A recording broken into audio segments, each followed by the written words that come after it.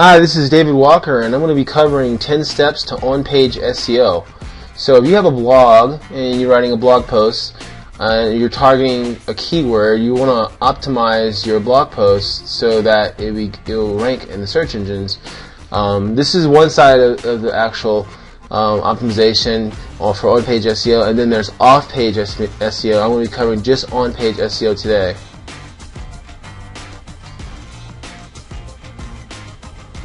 So step one, first thing you want to do is put the keyword in the domain. And some people don't do this, but if you're actually targeting a specific keyword and your whole blog is designed to target that keyword, that niche, you want to actually buy the keyword and use that as the domain in your site. So for example, the keyword would be the best choice, but you could use either the suffix or the prefix of that keyword in front of the keyword, and that would be the next best two things to do. And below are some examples of what you can do for the keyword lose weight fast, for example. Step two, you want to put the keyword in the URL. So this is probably going to be one of the most popular things that people are doing, especially if you have your own blog and then after your name. So like yourname.com, you want to use yourname.com/the keyword instead of using the default permalink structure. So when you first get your blog, it's not going to be set up. You want to change your permalink so that's actually your post name. That's really how I do it.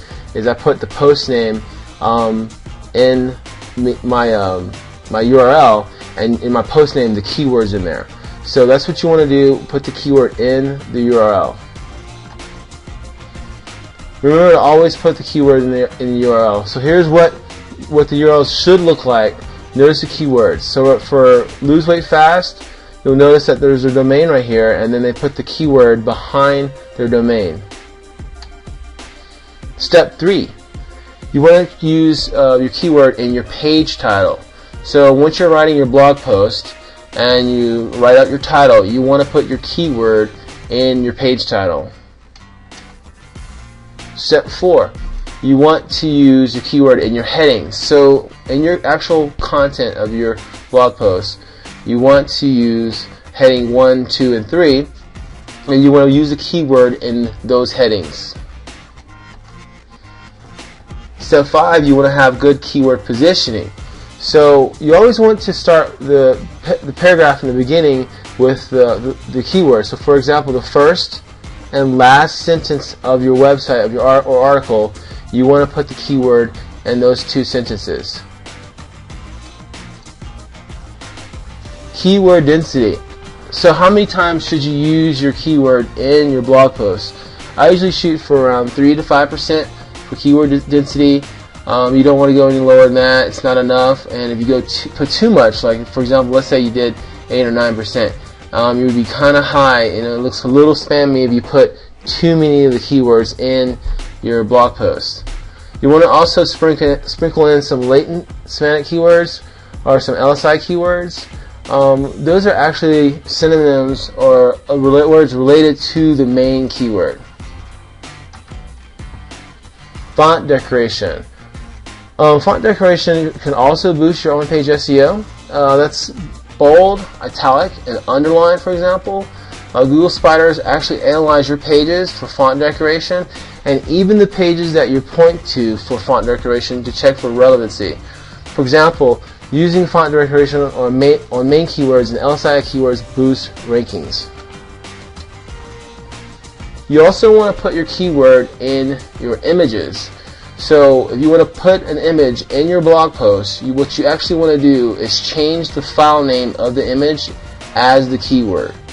You also want to use the keyword in the alt tag. You'll notice like if you hover over an image, it'll have an alt tag that pops up. Content length. You usually want to shoot for around 500 to 700 words. This is what Google looks for. If you go over that, it's fine, as long as your content is, as long as you elaborate with more illustrations, more information that's relevant, and just beef it up a little bit more, and it will be just fine. Step 10, internal and external linking.